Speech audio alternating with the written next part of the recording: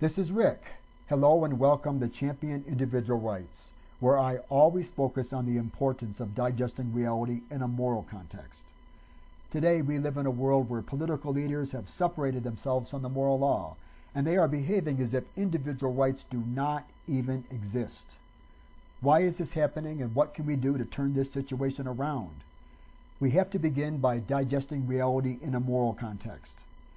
This is a model of the contamination that takes place within the forming process of understanding.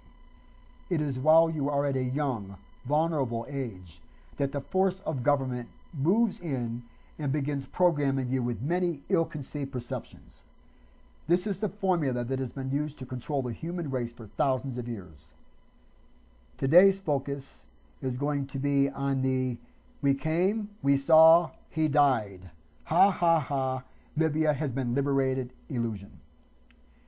Did Hillary Clinton see the men that she had hired to kill Gaddafi, sodomize him, and then kill him?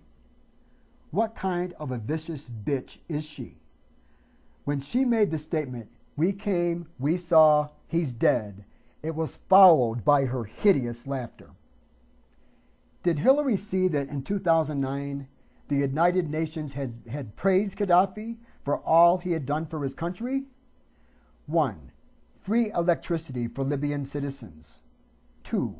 Built homes for his people. 3. Turned one of the poorest nations in the entire world to the richest country in Africa. 4.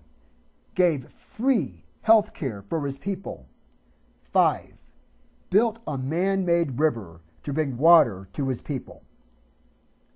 Did Hillary see the alleged thugs that were said to be under Gaddafi's power on national TV?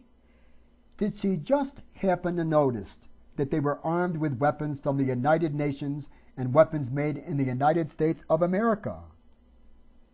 Has Hillary seen that there have been reports that 15 Benghazi witnesses have been killed? Does Hillary know that there is evidence that U.S. Ambassador Stevens, who was killed in the attacks on Benghazi, was about to blow the whistle on the CIA for giving weapons to known terrorist organizations? Has Hillary Clinton seen in reports that the great man-made river that Gaddafi built to give his people water has been bombed and severely damaged? Has Hillary Clinton digested the reality that an estimated 40,000 Libyan civilians have been killed as an end result of her invading their country? Has Hillary seen in the reports that many Libyan citizens were so desperate that they fled their country by way of the ocean in rafts, and that many Libyans had died for doing so?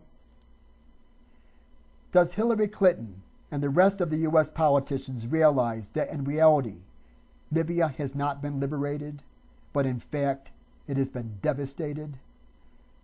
Does Hillary Clinton realize that Libya has been in a humanitarian crisis for over half a decade as an end result of the U.S. invasion of Libya? Does Hillary Clinton know that Gaddafi had announced that he was going to start trading for oil with a new gold coin and stop using the U.S. dollar as the petrodollar? Isn't that the real reason why Hillary Clinton had Gaddafi sodomized and then killed? The birth of an illusion.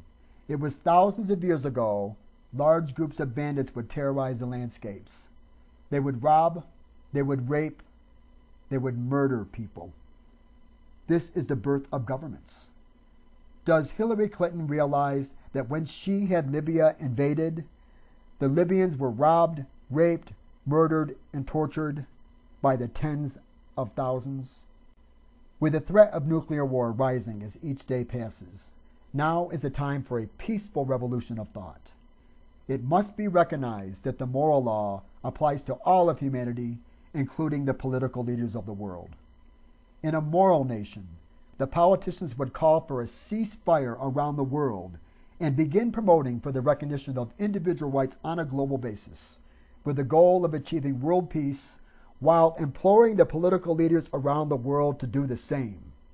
It is only through our moral cognition and our ability to digest reality in a moral context that mankind can achieve its ultimatum: world peace through the recognition of individual rights on a global basis, with the understanding that every individual should have a right to their own life, privacy, and possessions, regardless of their ethnicity or the geography upon which they preside.